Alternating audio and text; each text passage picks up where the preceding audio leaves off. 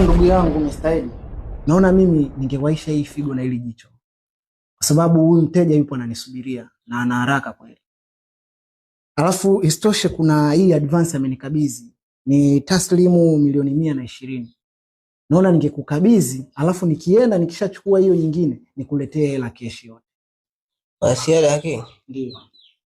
Kwani hilo jicho nilo kabidhi ni kamili au nusu? Ni nzima kabisa. Na hiyo figo ni kamili au nusu? Ni kamili kabisa. Sasa kamwambie mimi sitaki vitu nusu nusu. Kama ambavyo nimetoa viungo vyangu keshi. Okay, hela nusu. Hiyo nenda nayo. Ukaje nayo iliyojaa. Sawa? Kwa hiyo nimwambia nikishamkabidhi, nikishakamilishiwa kila kitu nikuletee hela yote. Exactly. Poa basi. Cha. Wewe daki. Naam. MSB kidogo. Joshua.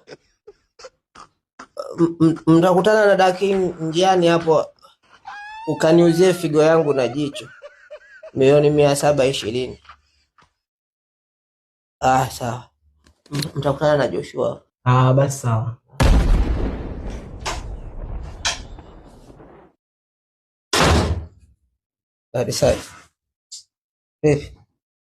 Yaani leo ndo nimeamini kuwa ng'ombe wa maskini hazai.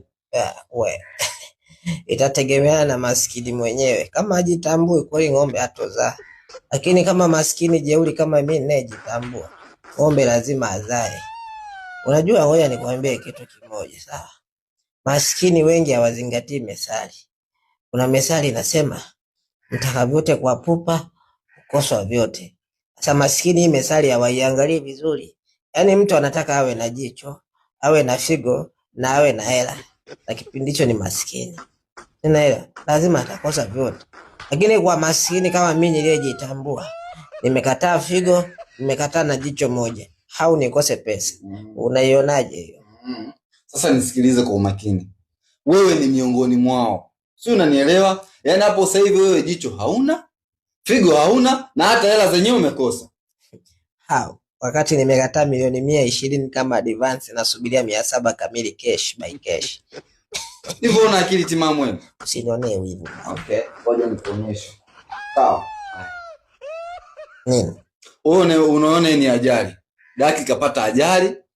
Umenielewa? Na hapo inaonekana ni nguo yake tu. Nguo tu. Wewe. Msoweza wa huko. Mbona naona kama barabara imechafuka na rangi tofauti hapa? Ndio nakwambia sasa huyo ni Daki. Family life.